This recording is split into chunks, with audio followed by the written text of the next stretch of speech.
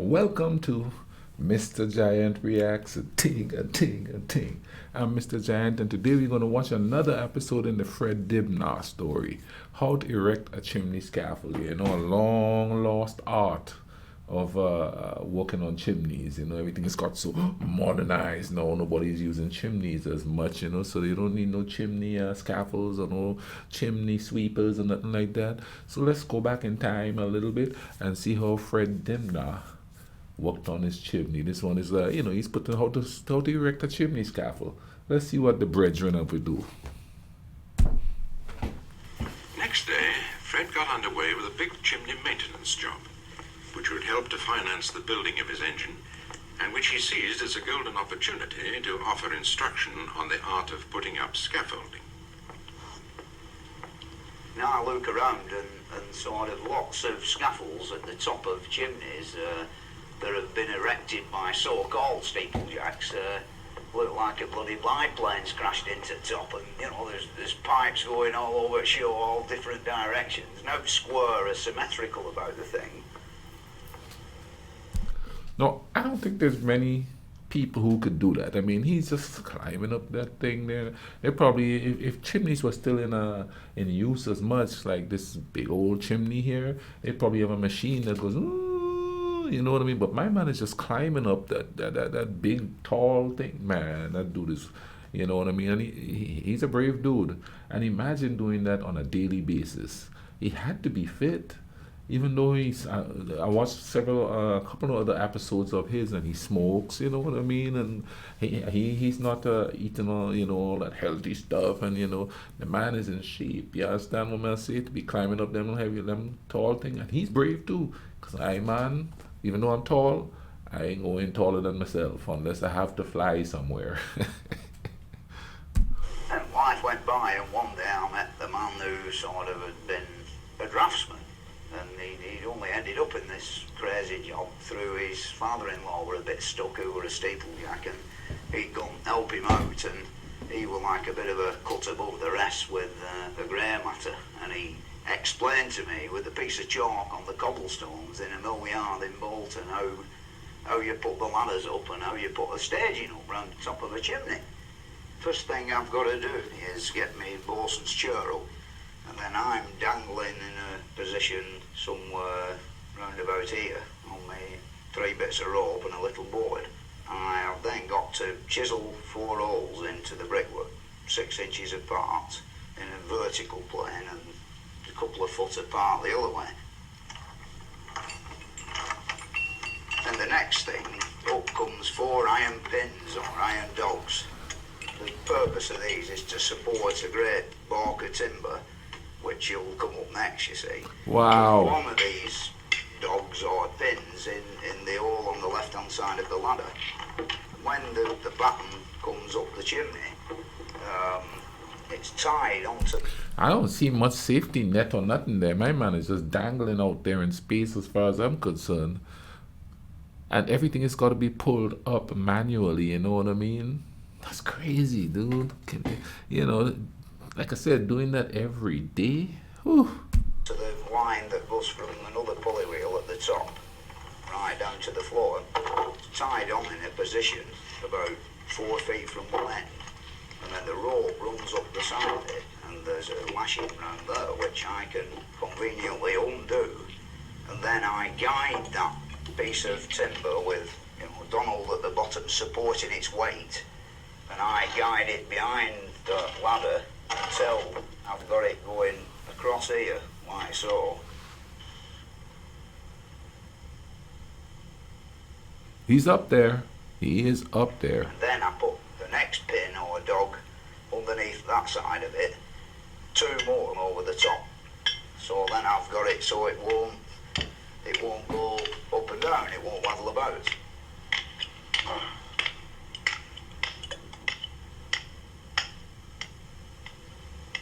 I don't see no harnesses or nothing. And you've looked after all the rope and all the tackle. You have a beautiful sense of security, because rope will hold a couple of ton and you weigh nowhere near that, and like really pays you to look after your equipment, because like if that bloody rope breaks, you're dead. He's just You know, swinging it's back and forth half a up day there. with the undertaker. Sort of, you know, like when I get on my seatboard, I give it a little bounce and just see whether it's safe or not, you know, and more Whoa. often, well, it's never broke yet, you know, but I'm always ready to get all the bloody ladder if it does break.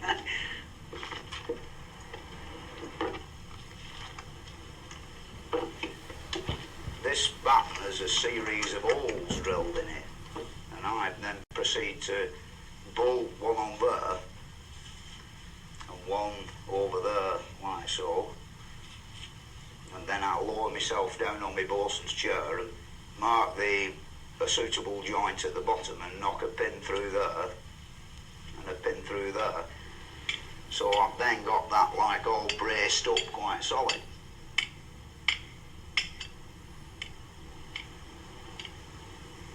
When that's been done on both sides of the chimney, the next thing to come up is Wow. two long steel rods which I use to connect both of these battens together.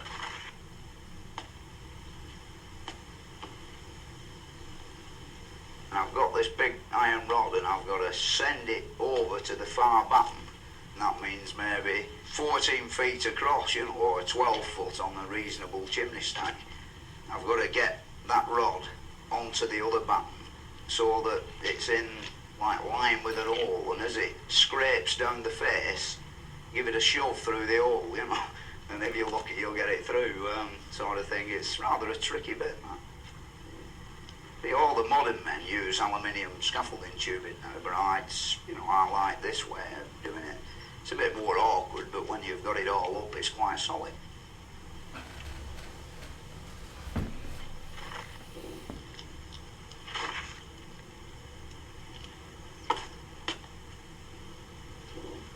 Gotta be strong too, man. Come on now. And when you've finally got the rods through the two sets of holes, then you put the washers and the nuts on, or a few packing pieces, so you can slightly cramp them up round the chimney.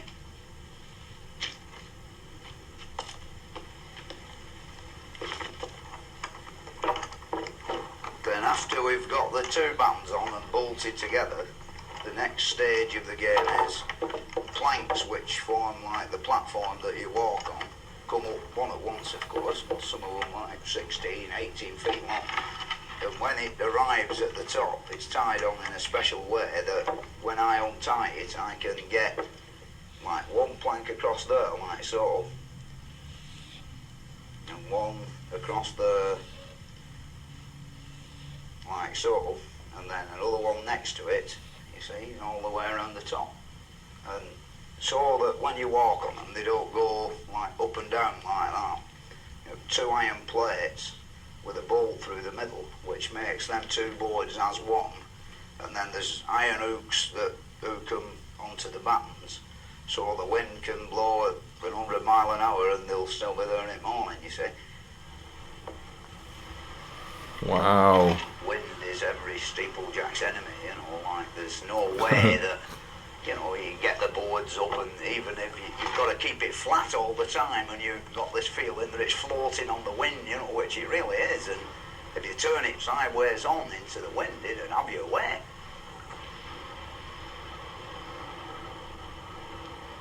In a wind like today, sort of all the chimneys, you know, you get about 2 or 3 inches swaying about, you know. It's actually all the chimney stacks swaying, you know, from side to side. You have that feeling that there's something not quite right, you know, as though you've had about 5 pints of beer, like, you know, you think, you know, there's something moving somewhere, sort of thing, and, you know, it's all the bloody lot going like this.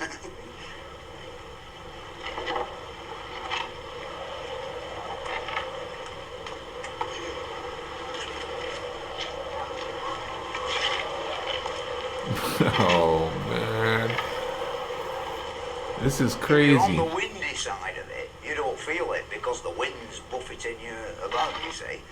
But if you go around in the slipstream and sit on the stage nice and quiet and just lean against the wall, you can feel it moving, you know, rocking. Nice. A big gust in it, you'll feel it right over, and then there's a bit of a lee in the wind, you feel it come back. It's quite unbelievable, you know. There's not many people experienced out like that.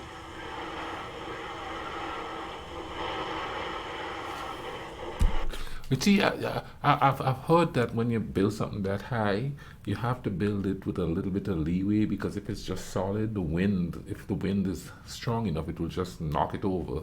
So, I quite understand what he's saying there. You know what I mean? And so what he's doing here is just erecting the scaffold so that he could actually start working on it. So if you have to work on different levels of it, then he would have to rebuild another one for the lower level, and then work on it. And that probably take like a lot of time to do. But that's crazy. Up there, you could hear the wind there going through there. I couldn't do it, man. No.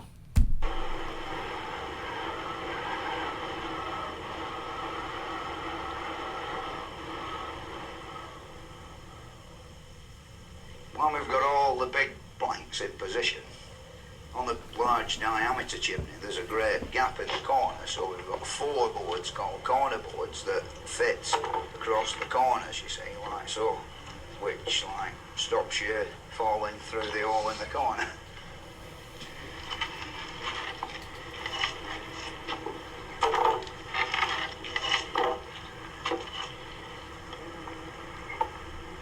Once you've got the first staging up, or the first deck up, there's firm basis for going higher up, then you chisel the holes for the next staging, and you can work quite comfortably as though you were on the ground.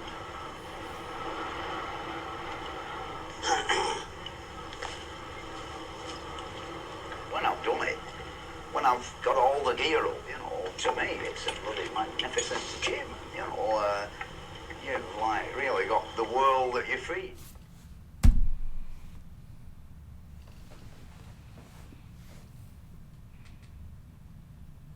Wow.